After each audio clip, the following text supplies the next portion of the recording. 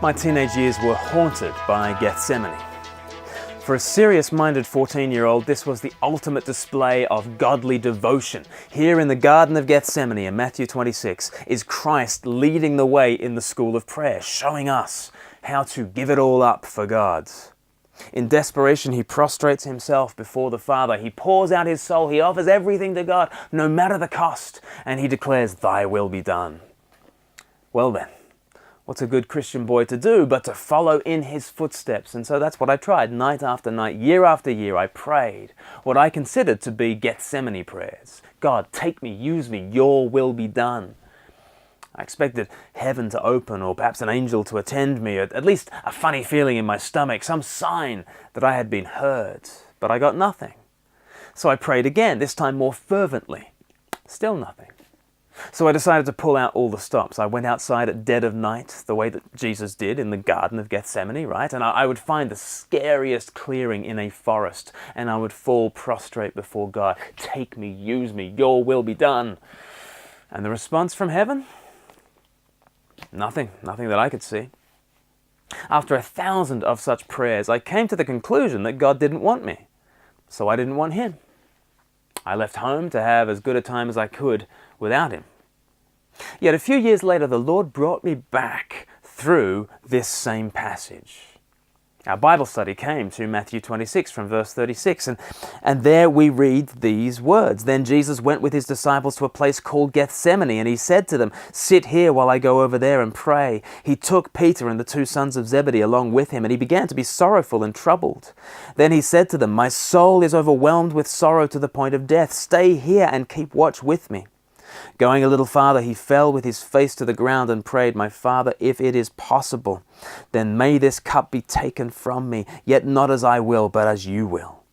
Then he returned to his disciples and found them sleeping. "Could you men not keep watch with me for 1 hour?" he asked Peter. "Watch and pray so that you will not fall into temptation. The spirit is willing, but the flesh is weak." He went away a second time and prayed, "My Father, if it is not possible for this cup to be taken away unless I drink it, may your will be done." When he came back, he found them sleeping because their eyes were heavy. So he left them and went away once more and prayed the 3rd time, saying the same thing. Then he returned to the disciples and said to them, "Are you still sleeping and resting? Look, the hour is near, and the Son of Man is betrayed into the hands of sinners. Rise, let us go. Here comes my betrayer." We studied this passage in my Bible study, and as we were about to embark on studying these verses, I said to the Bible study leader, I just can't handle this. This is too much. I feel so daunted by this passage of Scripture. And the Bible study leader said, "Daunted? Why daunted?" And I said, "Well, I just don't think I can pray Gethsemane prayers the way that Jesus did. I just don't think I've got that level of commitment." And my Bible study leader said, "You don't think you can pray the way Jesus did? Glenn, do you think you're Jesus?" And of course, I didn't like to say yes to that, but to be honest, when it came to how I read the Bible, and when it came to this passage from the Garden of Gethsemane, I did put myself in Jesus' shoes. I didn't know any other way to read this passage. I didn't know any other way to read the Bible. I thought, well, aren't we meant to copy Jesus? What would Jesus do? He would give it all up to God. So that's what we must do, right? Give it all up to God. My Bible study leader corrected me. He said, "Glenn, in this story, you are not Jesus. You know who you are? You are Peter." And what's Peter doing? He's weak, he's useless, he's faithless, he's Peter. He ought to be praying, he ought to watch and pray. And he wants to. His spirit makes him willing, but his flesh is oh so weak. He may have the Spirit of Christ that wants to pray, but he has the flesh of Adam, which takes him down into death and despair. And so, like Peter, I too am constantly falling asleep on the watch. My spirit is willing, my flesh is weak, but my hope is Jesus, who even in all my weakness prays for me. And that's the meaning of this story. It's the meaning of the Scriptures. I am not the center, Christ is.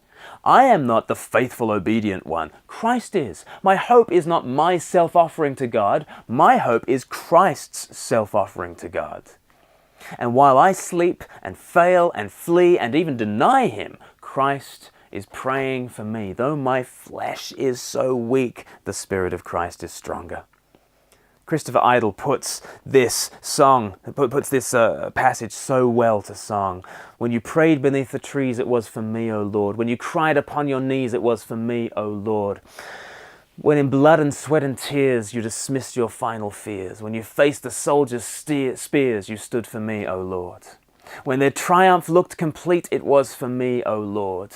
When it seemed like your defeat they could not see, O Lord. When you faced the mob alone, you were silent as a stone, and a tree became your throne. You came for me, O Lord.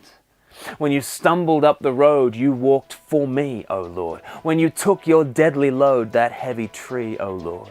When they lifted you on high and they nailed you up to die, and when darkness filled the sky, it was for me, O Lord.